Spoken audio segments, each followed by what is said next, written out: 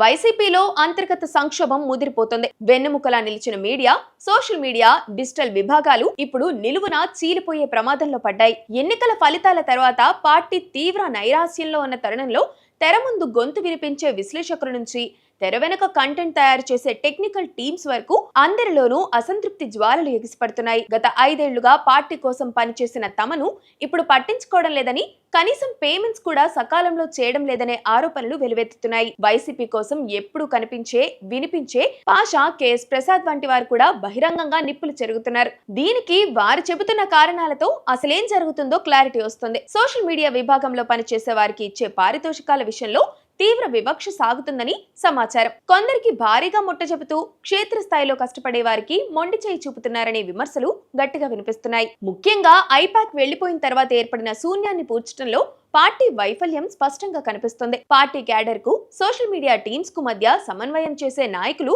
ఇప్పుడు కనిపించకుండా పోవడంతో చాలా మంది తెర వెనుక సైనికులు ఇతర పార్టీల వైపు చూస్తున్నారు. కోపాన్ని పార్టీపై చూపిస్తున్నారు. మీడియా, సోషల్ మీడియా వ్యవహారాలను చూస్తున్న సజ్జల రామకృష్ణారెడ్డి ఇప్పుడు ఆ అసమ్మతిని ఆపడంలో చేతులెత్తేయడం అందరినీ ఆశ్చర్యపరుస్తోంది. ఒకప్పుడు సజ్జల మాటే వేదంగా భావించిన సోషల్ మీడియా విశ్లేషకులు ఇప్పుడు ఆయన్నే కోవట్ అని విమర్శించే స్థాయికి వెళ్లారంటే పరిస్థితి ఎంత చేయి దాటిపోయిందో అర్థం చేసుకోవచ్చు. కాట్రీ కేవలం ఆల్ ఈజ్ వెల్ అని మాత్రమే రిపోర్టులు ఇస్తున్నారని, అందుకే కార్యకర్తల ఆవేదన జగన్ కు చేరడం లేదని పాషా వంటి వారు ఆరోపిస్తున్నారు. కొత్తగా వైసీపీ సజ్జల చింపిన విస్తర అయిపోయిందని కార్యకర్తలు ఆవేదన చెందుతున్నారు.